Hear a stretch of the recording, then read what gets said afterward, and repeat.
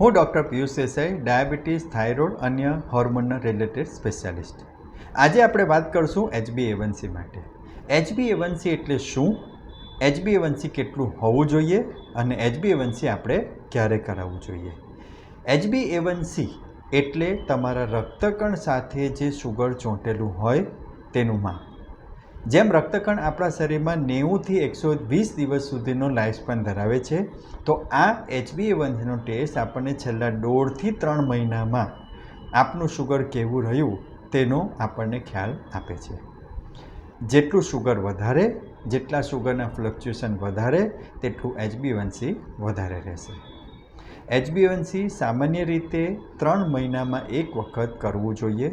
જેનું સુગર ખૂબ સારું રહેતું હોય તે 6 મહિને એક વખત HbA1cનો રિપોર્ટ કરી શકે છે.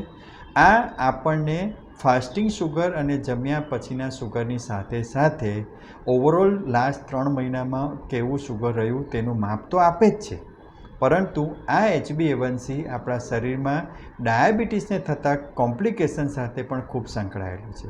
જેમ કે સુગરને લીધે થતી પગની નસો પર અસર, રેટિનોપથી, પડદા પરની અસર અને એની સાથે થતી હૃદય કે કિડની પરની અસર પણ હાઈ HbA1c લેવલ સાથે જોડાયેલી છે.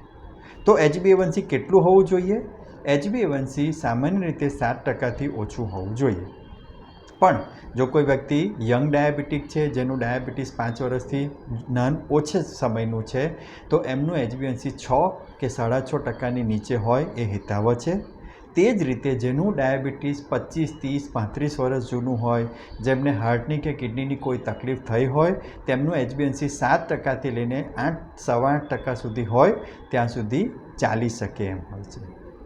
HbA1c કોણે કરવું જોઈએ? જો ડાયાબિટીસ તમારે જાણવું છે, પહેલી વખત એનું નિદાન કરવું છે, તો HbA1c કરવું જોઈએ. અને તે પછી દર 3થી 6 મહિને રેગ્યુલર બેઝિસ પર HbA1c કરવું એ તમારા ડાયાબિટીસના નિયમનનો પહેલો અને ખૂબ અગત્યનો પેરામીટર છે.